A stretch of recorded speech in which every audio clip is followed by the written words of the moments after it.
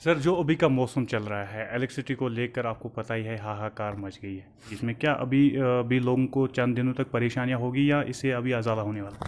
है? देखिए, पावर के लिहाज से डेफिनेटली विंटर्स में पावर एक सीरियस चैलेंज रहता है हमारे लिए, कश्मीर के लिए भी और कुपवाड़ा के लिए खास करके, क्योंकि ये डिस्ट्रीब्यूशन सिस्टम के टेल एंड पर आता है। हमारे प्रिंसिपल सेक्रेटरी साहब जब आए थे 2 दिन पहले कुपवाड़ा का खास दौरा करने, और उन्होंने नॉर्थ का जब रिव्यू लिया है, तो एक दो चीज़ों पे उन्होंने खास एक ध्यान करने को भी कहा है, और मैं समझता हूँ हम सबको उस पर सोचने की ज़रूरत है। डिस्ट्रिक्ट में जो विंटर की रिक्वायरमेंट है तकरीबन 200 मेगावाट तक पहुँच जाती है, क्योंकि हीटिंग डिवाइसेस बहुत ज़्यादा इस्तेमाल होते हैं। और लेकिन जो सप्लाई है हमारी वो तकरीबन 80 से 90 मेगावाट रहती है, तो एक काफ़ी गैप डिमांड सप्लाई में देखने को मिलता है, जिसकी वजह से लोग कहते हैं कि हमें परेशानी का सामना करना पड़ रहा है।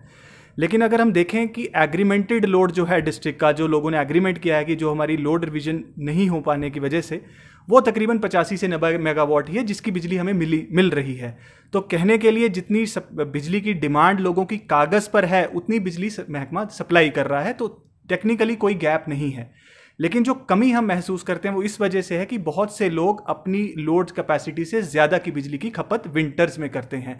चाहे वो जो हीटिंग डिवाइसेस हैं, क्रूड डिवाइसेस जिनको हम कहते हैं, बॉयलर्स का, हीटर्स का इस्तेमाल हम लोग करते हैं, जो हमें कायदे से नहीं करना चाहिए।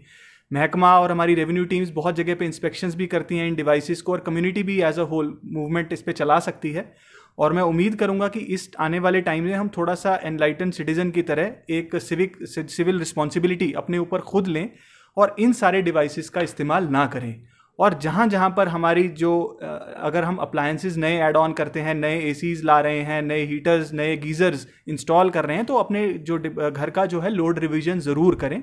और जो पुराने हमारे बकाया बिल्स हैं, बहुत सारे गवर्नमेंट की तरफ से एमनेस्टी स्कीम भी चलाई गई थी, बहुत से लोगों ने उसका फ़ायदा लिया, बट बहुत से लोगों ने उसका फ़ायदा नहीं लिया है। पर फिर भी आज भी वक्त है उनके पास कि एटलीस्ट जो भी हमारे पिछले ड्यूज़ हैं उनको मुकम्मल तरीके से कंप्लीट करें, ताकि जो सरकार है, पावर डिपार्टमेंट है, एक बेहतर असेसमेंट लगा पाए कि डिमांड कितनी है डिस्ट्रिक्ट की और उसको सप्लीमेंट कर सके। फिलहाल सप्लाई ऑगमेंटेशन के लिए सेक्रेटरी साहब ने एक इंपॉर्टेंट अनाउंसमेंट डिस्ट्रिक्ट के लिए की है कि जो हमारा देलिना ग्रिड है उसको अपग्रेड किया जा रहा है, उसकी कैपेसिटी को डबल किया जा रहा है, और उम्मीद रहेगी कि जनवरी के महीने में जो हमारी पावर की सप्लाई डिस्ट्रिक्ट को मिलती है उसके अंदर काफ़ी हद तक इजाफा होगा और काफ़ी रिलीफ लोगों को देखने को मिलेगा। सर, एक चीज़ यहाँ पे देखने को मिली हमें लोगों में, आम बात से देखी हमने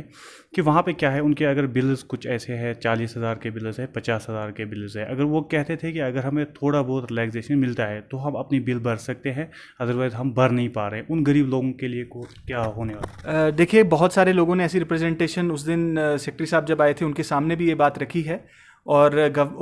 गवर्नमेंट के आई एम श्योर कंसिडरेशन में ऐसी कोई चीज़ है कि जिस तरह की स्कीम वो पहले लाए थे, शायद अगर उसको और कंसिडर करने, अगर ऐसा कुछ कंसिडर करने की कॉम्पिटेंस ऑब्वियसली सरकार की है,